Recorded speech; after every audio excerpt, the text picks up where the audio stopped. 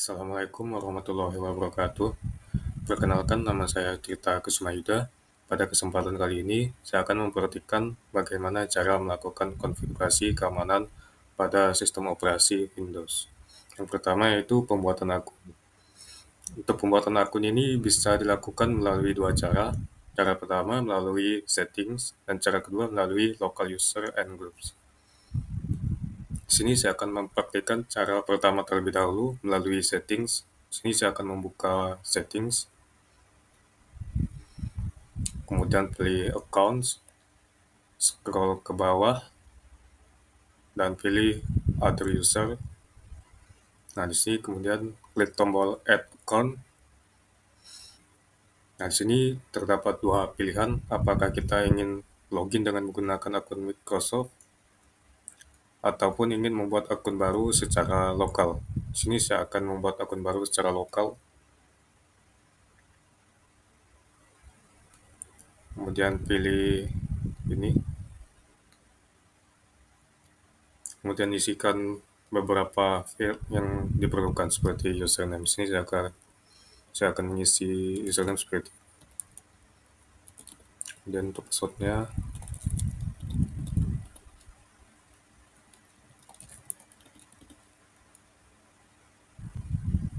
nah di sini terdapat sejumlah pertanyaan. Jika kita lupa password, jawaban ini bisa digunakan untuk mereset password.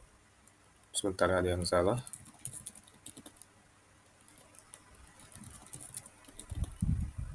Nah, sini saya akan isi seperti ini saja, karena hanya untuk percobaan.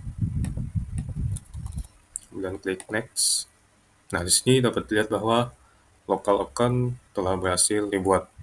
Untuk mengeceknya ataupun untuk beralih ke akun yang sudah dibuat ini, dapat klik Windows di taskbar ini, kemudian klik ini, selanjutnya klik ini. Nah, di sini kita dapat beralih ke local account. Tapi di sini tidak akan saya lanjutkan, karena jika saya lanjutkan, maka rekaman ini akan berakhir. Gitu. Selain itu, di sini juga terdapat keterangan local account, yang berarti akun ini bersifat lokal, dan kita juga dapat mengubah status account ini di sini. Apakah sebagai administrator ataupun standard user biasa. Di sini saya akan tidak akan saya ubah. Jadi biarkan saja secara default sebagai standard user. Kemudian untuk menghapus account bisa klik ini sini seperti ini. Oke, untuk cara yang kedua melalui local user and groups. Baik, sebelum saya lanjut, untuk sistem operasi yang saya gunakan ini adalah Windows 11 seri Home Edition. Jadi untuk Home Edition ini tidak ada beberapa pengaturan keamanan yang lebih lanjut seperti local user and groups. Jadi kita harus mendownload file ataupun executable file tersebut di internet. Di sini saya akan download dari GitHub untuk local user and groupnya.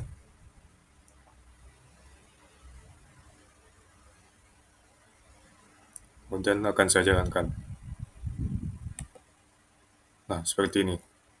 Tapi untuk sistem operasi Windows yang seri Pro ataupun Enterprise dapat langsung mengakses fitur local user and groups ini melalui command run losrm-dr.msc.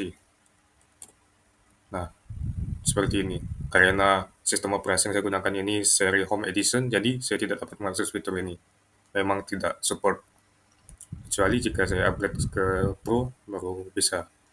Jadi saya harus mendownloadnya secara eksternal. Oke, saya akan lanjut untuk pembuatan akun. Klik user, dapat klik kanan, kemudian create, ataupun dari sini create new user. Di sini juga bisa. Nah, sini kita dapat mengisi beberapa field yang diperlukan seperti username. Di sini saya isi saja seperti ini.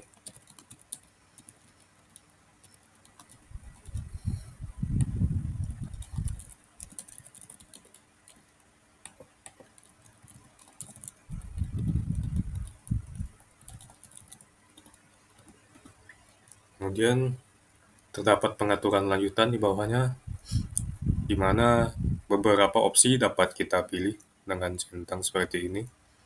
Sini saya akan mencentang password never expires. Jadi password yang sudah saya set ini tidak akan kadaluarsa. Kemudian untuk account ini, account never expires. Jadi akunnya tidak akan kadaluarsa. Nah, di sini juga terdapat pengaturan jika ingin menonaktifkan akun atau memblokir akun. Selanjutnya ini untuk menambahkan akun yang baru dibuat untuk dimasukkan ke dalam keanggotaan grup yang mana. Tapi tidak akan saya atur terlebih dahulu, langsung saja akan saya buat terlebih dahulu akunnya. Nah, akunnya sudah berhasil dibuat. Ini akun yang dibuat melalui settings dan akun yang dibuat melalui local user and groups. Dapat dicek juga dari sini. Nah, kita bisa beralih ke akun tersebut.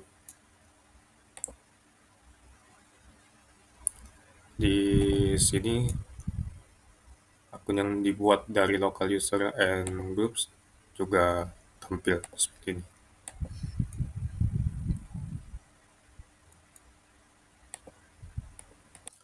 Oke, selanjutnya yaitu pembuatan grup dan konfigurasi grup. Hal ini dapat dilakukan melalui local user and group seperti ini. Kita tambahkan grupnya, isi nama grup, misalnya seperti ini.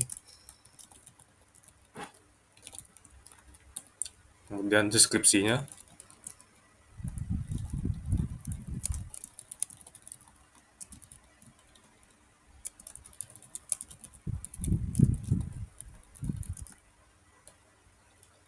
Nah, di sini kita dapat menambahkan pengguna ke dalam grup sebagai anggota grup.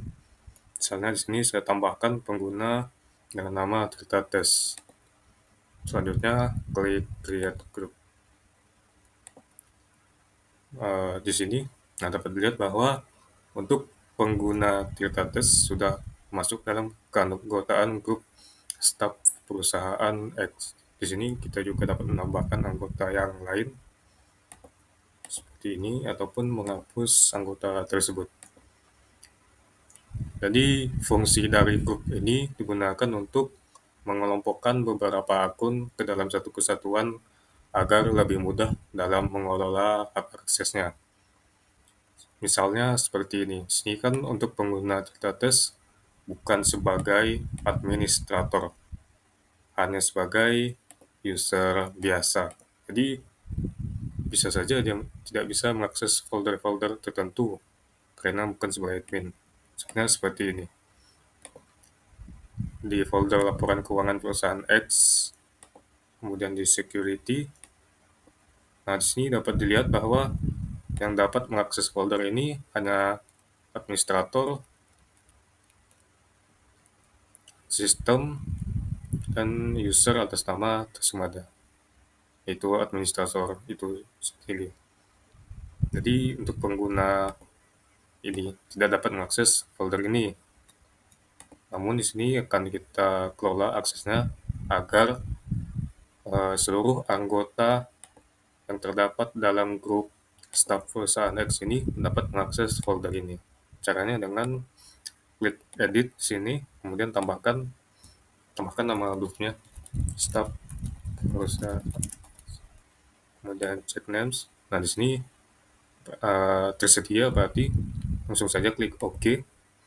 Kemudian di sini kita dapat mencentang beberapa permission yang dapat dilakukan oleh seluruh anggota yang terdapat dalam grup staf perusahaan X ini.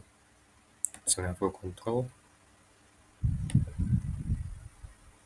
Oke kan, nah di sini untuk seluruh anggota yang berada di dalam grup staf perusahaan X ini sudah dapat mengakses folder laporan keuangan perusahaan. Seperti itu dari kegunaan grup.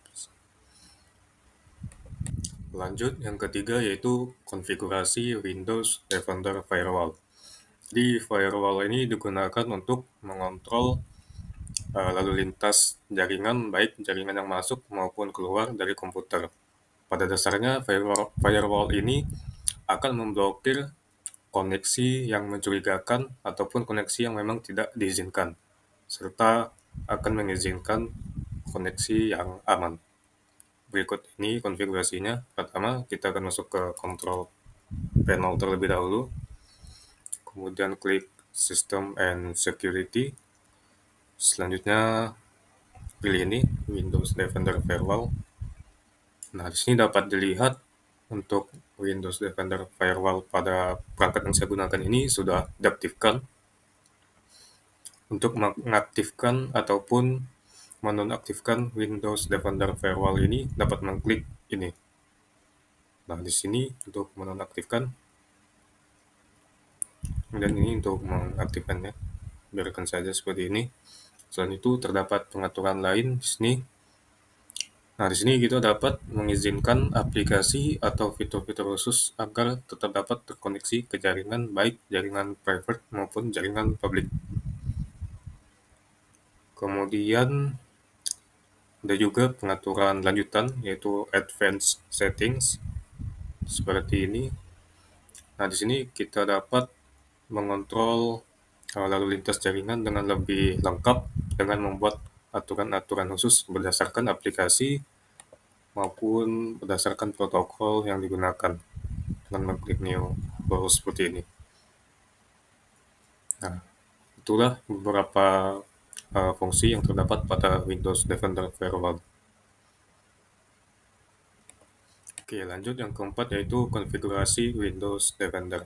Jadi Windows Defender ini berfungsi untuk melindungi komputer dari serangan ataupun ancaman malware seperti virus, spyware, ataupun ransomware. Untuk melakukan hal tersebut, kita dapat membuka settings, kemudian pilih privacy and security, selanjutnya klik ini Windows Security, kemudian pilih virus and threat protection, seperti ini. Dan di sini langkah pertama yang akan kita lakukan yaitu manage settings. Nah, di sini kita harus mengaktifkan beberapa pengaturan untuk perlindungan. Di sini terdapat 5 pengaturan perlindungan. Ini harus diaktifkan semua agar terhindar dari serangan virus. Selanjutnya kita juga dapat melakukan quick scan di sini untuk memindai virus secara cepat. Selain itu, klik ini Manage Ransomware Protection. Di sini kita harus mengaktifkan Control Folder Access. Hal ini bertujuan agar folder yang kita pilih ini tidak dapat diakses ataupun dirubah tanpa izin. Selanjutnya dapat pilih ini Protected Folders. Nah, di sini terdapat beberapa folder yang dapat kita tambahkan melalui sini agar terhindar dari serangan ransomware. Sehingga folder-folder ini tetap dapat diakses dan tidak akan hilang karena sudah dilindungi dari fitur control folder access ini agar terhindar dari akses yang tidak sah. Selanjutnya, kita juga dapat mengizinkan aplikasi tertentu agar tetap dapat mengakses folder yang sudah ditambahkan tadi. Seperti ini. Baiklah, seperti itu untuk pengaturan ataupun konfigurasi dari Windows Defender. Oke, lanjut lagi. Yang kelima yaitu pemblokiran akun. Di sini maksud dari pemblokiran akun itu kita menonaktifkan akun yang dirasa mencurigakan. Adanya aktivitas yang mencurigakan dari akun tersebut. Begitu. Untuk pemblokiran atau proses nonaktifkan akun ini dapat dilakukan melalui local user and groups. Sebelum itu kita cek terlebih dahulu untuk akun yang aktif. Di perangkat ini terdapat 4 akun. Di sini kita akan menonaktifkan akun yang ini. Kita akses local user and groups, pilih user, kemudian pilih akun yang ingin dinonaktifkan atau diblokir. Selanjutnya, klik account dan centang account is disabled. Klikkan, selanjutnya kita cek lagi. Nah, dapat lihat bahwa akun tersebut sudah tidak tersedia lagi di sini, yang menandakan bahwa akun tersebut tidak dapat lagi digunakan untuk masuk ataupun login ke dalam sistem.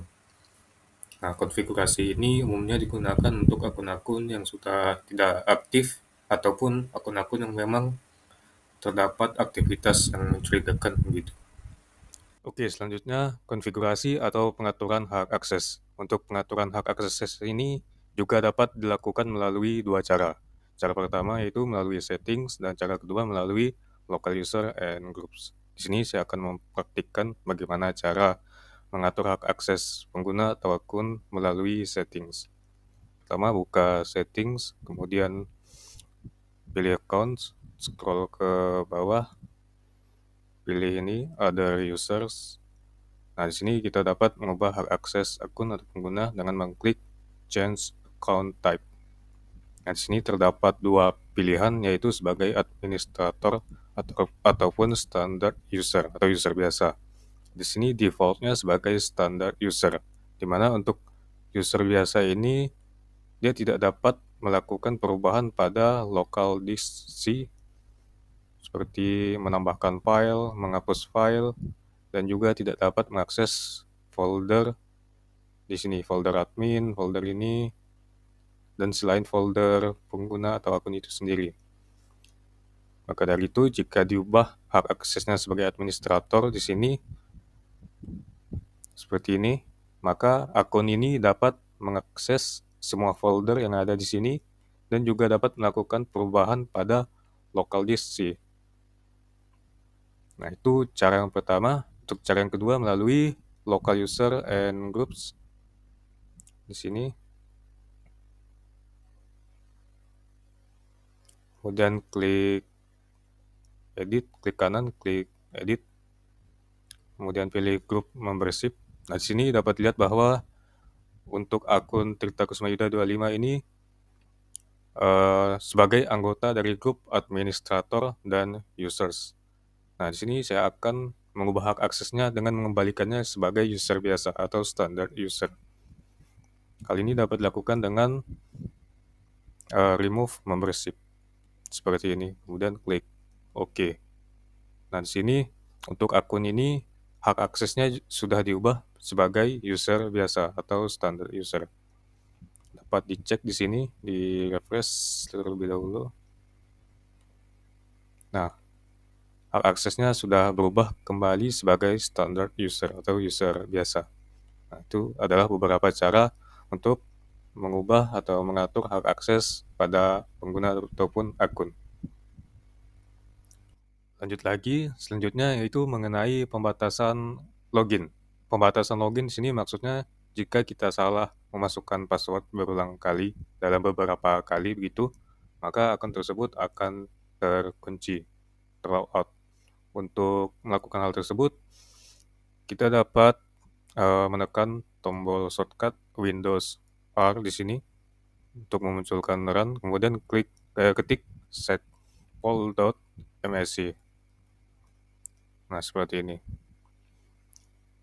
Kemudian pilih local policies, selanjutnya pilih security options. Nah, sini scroll ke bawah, cari yang ini, interactive logon, machine account logout threshold. Di sini nilai defaultnya yaitu 0. Maksudnya jika kita memasukkan password yang salah berulang kali, maka akun tidak akan terkunci. Di sini saya akan ubah nilainya menjadi 3. Saya klik OK. Nah, ketika nilainya ini 3, maka jika saya memasukkan password yang salah sebanyak 3 kali secara berurutan, maka akun saya akan terkunci. Nah, jadi begitulah cara mengatur pembatasan login. Oke, sekarang lanjut ke pengamanan drive dengan menggunakan BitLocker. Nah, di sini untuk sistem operasi yang saya gunakan yaitu Windows Home Edition, di mana tidak support fitur BitLocker. Jadi BitLocker ini hanya support pada Windows Pro dan Windows Enterprise. Di sini dapat dicek di control panel, kemudian sistem and security. Nah, di sini tidak terdapat fitur BitLocker. Maka dari itu, saya akan mendownload software pihak ketiga melalui internet untuk mensimulasikan bagaimana cara BitLocker bekerja. Nah, di sini softwarenya yaitu M3 Software, kemudian pilih ini BitLocker for Windows Home, kemudian download, nah, kemudian kita install.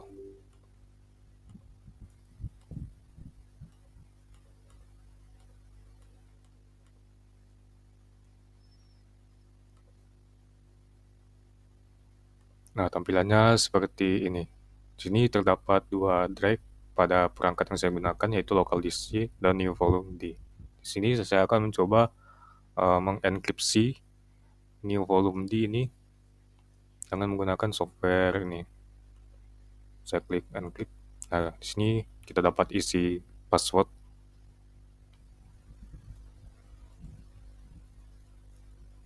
Password ini digunakan untuk mengakses drive nantinya ketika drive tersebut sudah dienkripsi dan sudah dikunci. Nah, kemudian terdapat recovery key. Recovery key ini digunakan ketika kita lupa password. Jadi ini digunakan untuk mereset password gitu. Dan simpan ini, misalnya simpan di sini. Dan klik tombol start encrypting. Nah, enkripsi sudah selesai. Nah, seperti ini. Sebelum itu kita coba akses terlebih dahulu drive-nya. Ini masih bisa diakses. Dan akan saya coba kunci lock drive. Nah, di sini drive D ini sudah terkunci seharusnya. Akan saya coba akses. Nah, seperti ini. Inilah bagaimana BitLocker bekerja dengan mengunci drive. Jadi kita harus masukkan password yang sudah dibuat sebelumnya. Saya coba masukkan passwordnya. Lock. Nah, sini saya dapat mengakses dengan memasukkan password dengan benar. Nah, seperti itulah cara BitLocker bekerja untuk mengunci atau mengamankan drive pada perangkat komputer. Kemudian backup and restore file. Backup and restore file ini berfungsi untuk membuat salinan file penting sehingga dapat dipulihkan kembali jika misalnya terjadi kehilangan file karena tidak sengaja dihapus ataupun adanya gangguan pada sistem. Nah, untuk backup and restore ini dapat dilakukan melalui dua cara. Cara pertama yaitu backup and restore untuk ini Windows 7 ke atas, ataupun dapat melakukan backup and restore melalui file history. Oke, untuk langkah-langkahnya akan saya praktikkan. Pertama, membuka control panel terlebih dahulu. Selanjutnya pilih System and Security. Nah, ini untuk cara yang pertama ini backup and restore Windows 7. Dan untuk cara yang kedua melalui file history. Di sini saya akan mempraktikkan cara pertama terlebih dahulu, yaitu backup and restore. Nah, sebelum itu saya sudah menyiapkan drive eksternal berupa flash disk dengan kapasitas 57 GB. Saya rasa ini sudah sangat cukup. Jadi langkah pertama yang dapat saya lakukan yaitu menekan tombol ini, Change Settings. Nah, di sini kita dapat memilih drive eksternal apa yang akan digunakan untuk proses backup. Di sini saya memilih drive yang saya gunakan saat ini, yaitu flash disk. Nah, sini kita diberikan dua opsi. Opsi yang pertama yaitu biarkan Windows memilih. Maksudnya folder yang akan di backup itu akan dipilih oleh Windows itu sendiri. Kemudian opsi kedua ini, let me choose, berarti kita dapat memilih sendiri folder atau file apa yang akan di backup. Di sini saya akan memilih opsi kedua. Nah, di sini kita dapat menentukan folder apa saja yang akan di backup.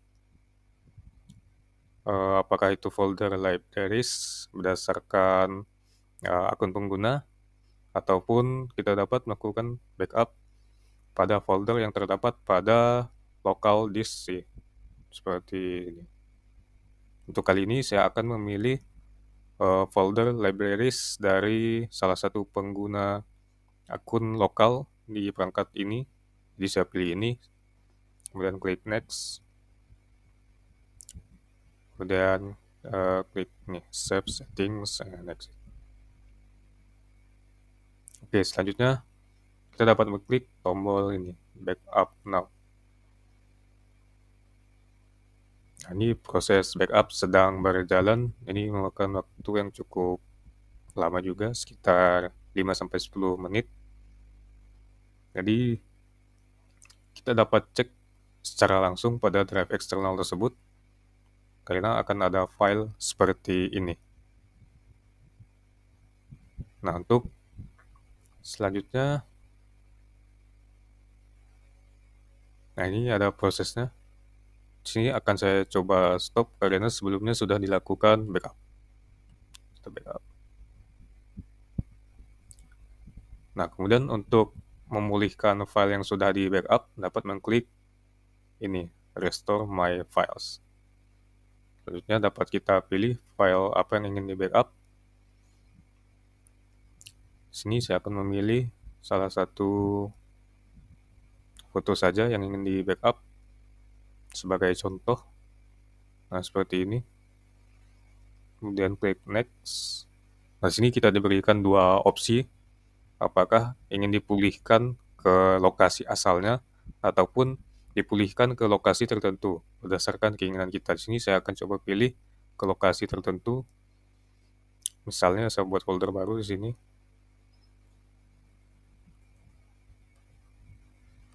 Oke. Kemudian klik restore. Kemudian kita cek apakah sudah berhasil dipulihkan. Ya, ada. Ini ada filenya.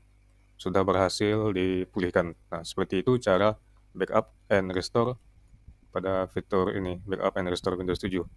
Selain itu, kita juga dapat melakukan proses backup secara otomatis dengan melakukan penjadwalan. Kita dapat mengklik ini, turn on schedule.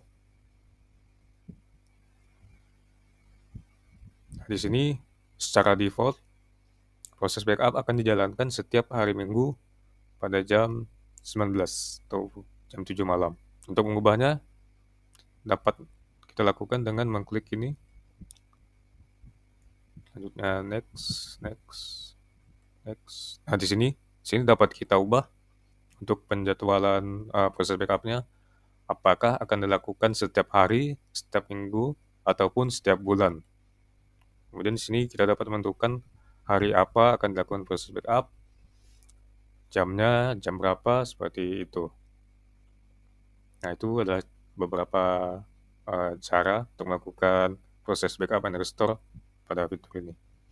Selanjutnya, saya akan mempraktikkan bagaimana cara melakukan backup and restore melalui file history. Nah, di sini kita dapat langsung klik turn on untuk menyalakan proses backup. Umumnya untuk proses backup melalui file history ini, folder yang akan di backup yaitu folder libraries, desktop, contacts, favorites. Kemudian klik run now. Oh iya, harus di close terlebih dahulu.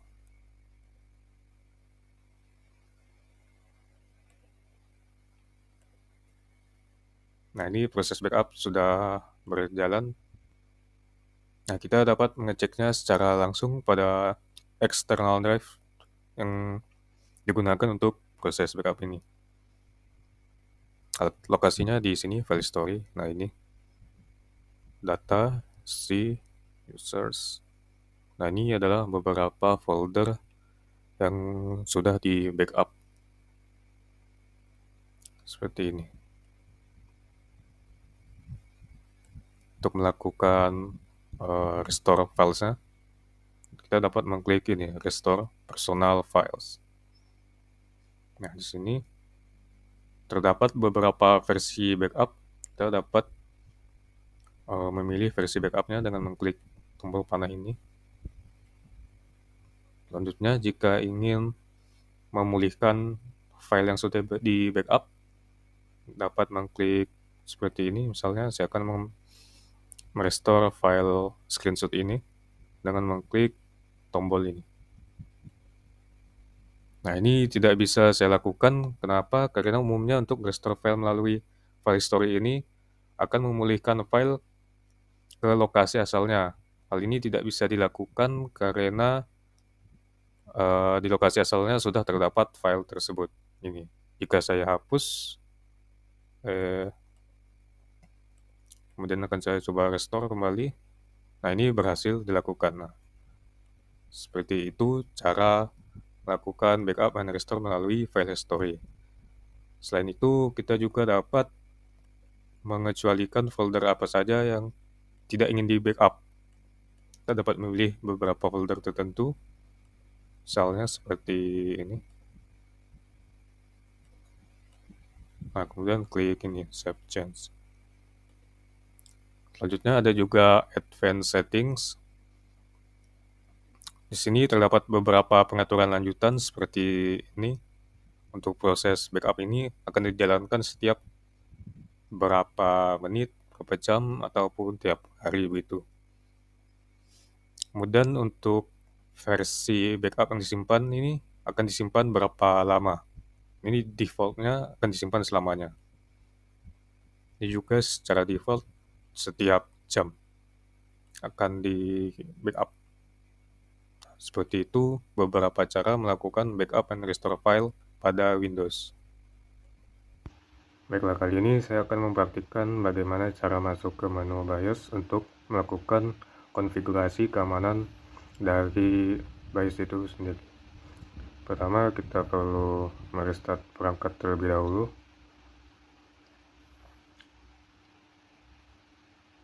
Tunggu beberapa saat. Kemudian klik F2 di sini. Nah, seperti ini. Karena perangkat yang saya gunakan ini adalah laptop Lenovo. Jadi untuk masuk ke menu BIOS-nya dengan mengklik tombol F2 di keyboard. Oke, selanjutnya klik tombol More Settings. Nah, seperti ini. Kemudian pilih menu Security. Nah, dapat lihat bahwa untuk administrator password ini belum diatur. Jadi sekarang saya akan mengaturnya terlebih dahulu dengan mengklik Set Administrator Password. Dan saya akan memasukkan password yang baru.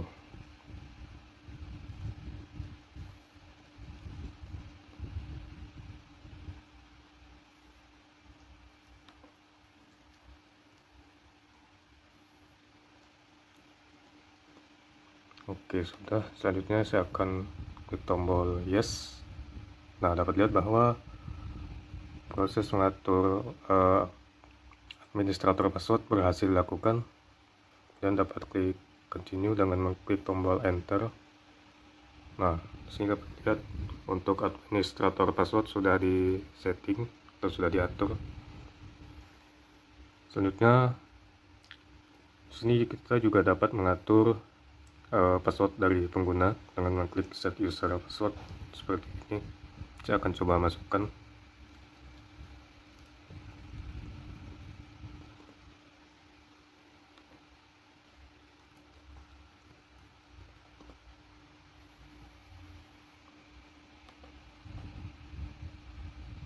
Dan saya akan klik tombol Yes. Dan ya, proses mengatur password dari pengguna juga berhasil. Dapat dilihat di keterangan atau di atas ini. Untuk administrator password dan user password sudah diatur. Selanjutnya saya akan kembali ke desktop dengan mengklik tombol F10 untuk menyimpan dan keluar dari pengaturan BIOS ini. Klik Yes. Dapat dilihat di sini jika saya mencoba untuk mengakses ke pengaturan BIOS dari perangkat ini, akan diminta untuk memasukkan password. Saya akan coba memasukkan password yang sudah diatur tadi. Apakah berhasil? Ya, ada. Password yang dimasukkan berhasil. Dan sini saya masuk ke menu BIOS-nya. Ya, seperti ini.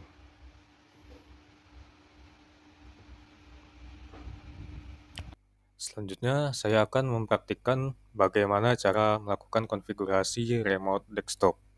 Sebelum itu, saya akan jelaskan terlebih dahulu apa itu remote desktop.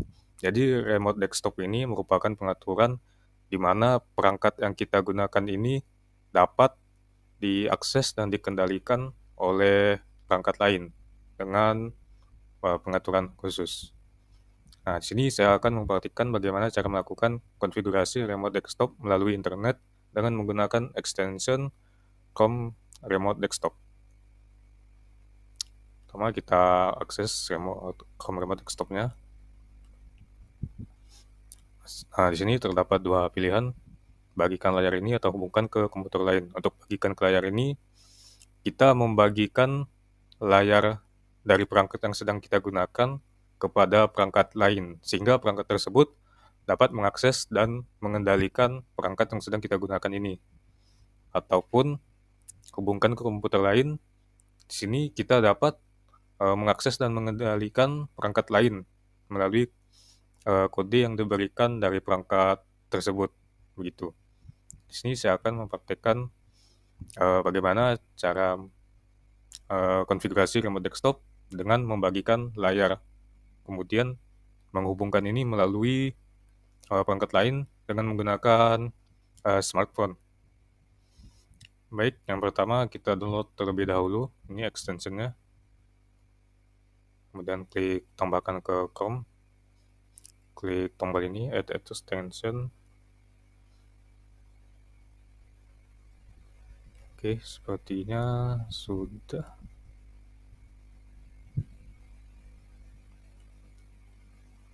Oke, ini sudah dilakukan. Nah, di sini kita dapat membagikan layar ini ke perangkat lain dengan memasukkan kode ini. Di sini saya akan coba menggunakan smartphone.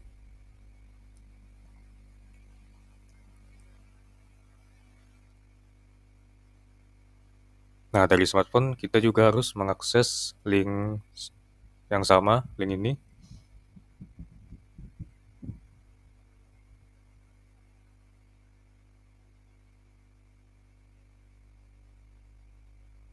Kemudian dapat kita masukkan kodenya di sini.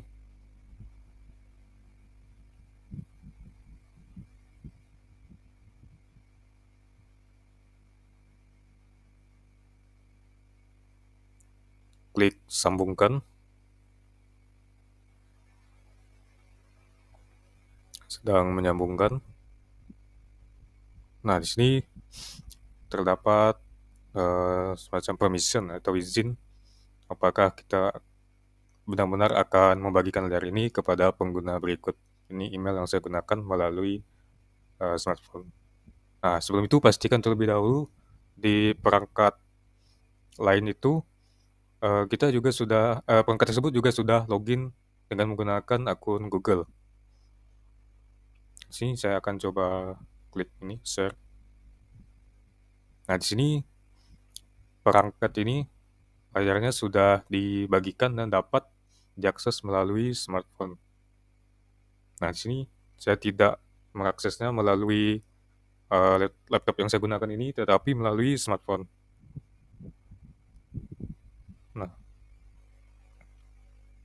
Nah, seperti ini. Nah, itu adalah cara melakukan pengaturan ataupun konfigurasi remote desktop melalui internet dengan menggunakan extension Chrome Remote Desktop. Yang terakhir yaitu SQL injection.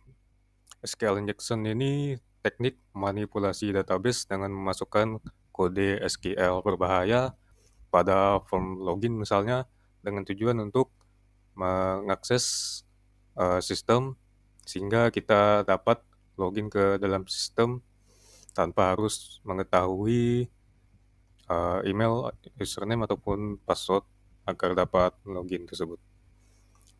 Di sini saya akan mempraktikkan bagaimana cara melakukan SQL injection, dan perlu diketahui bahwa yang akan saya praktikkan ini hanya sebagai pembelajaran saja. Jadi di sini saya menggunakan website yang sudah saya buat sendiri. Jadi website ini hanya bisa diakses secara lokal. Untuk proses login ini,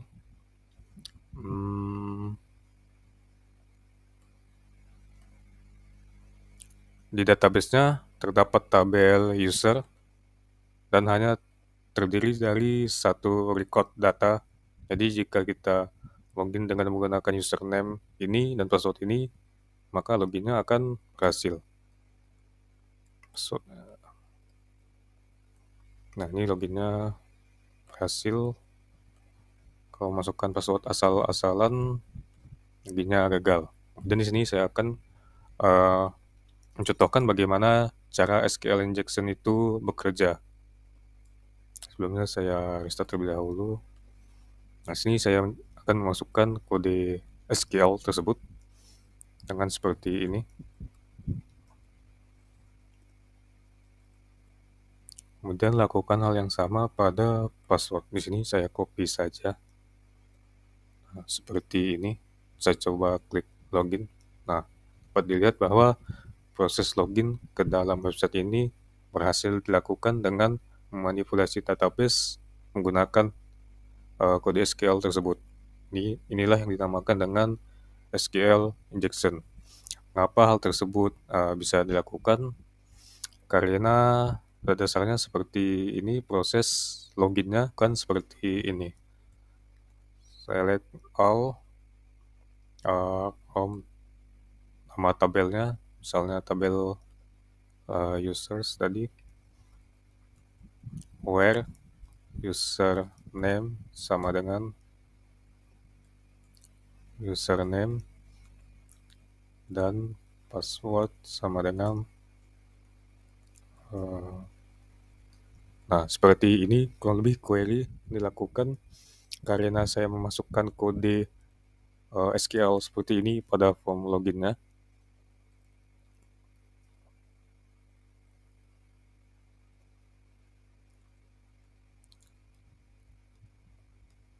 Dengan kode seperti ini, maka query tersebut menjadi ini.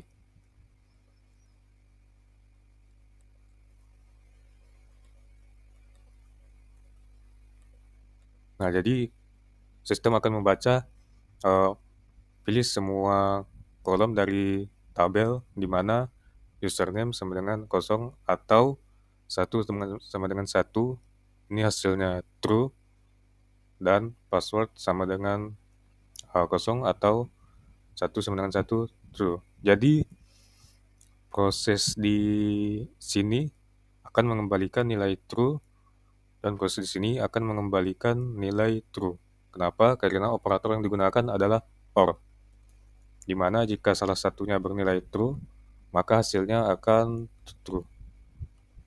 Kemudian true and true, hasilnya true. Jadi hasil dari query ini akan mengembalikan nilai true. Makanya sini saya dapat login ke dalam website dengan memasukkan kode SQL tersebut. Baik, cukup sekian terkait cara-cara dengan melakukan atau baik, cukup sekian dari saya terkait konfigurasi keamanan pada komputer maupun cara melakukan remote desktop dan SQL injection. Saya mohon maaf apabila ada kesalahan dalam proses praktik ini. Saya ucapkan terima kasih. Wassalamualaikum warahmatullahi wabarakatuh.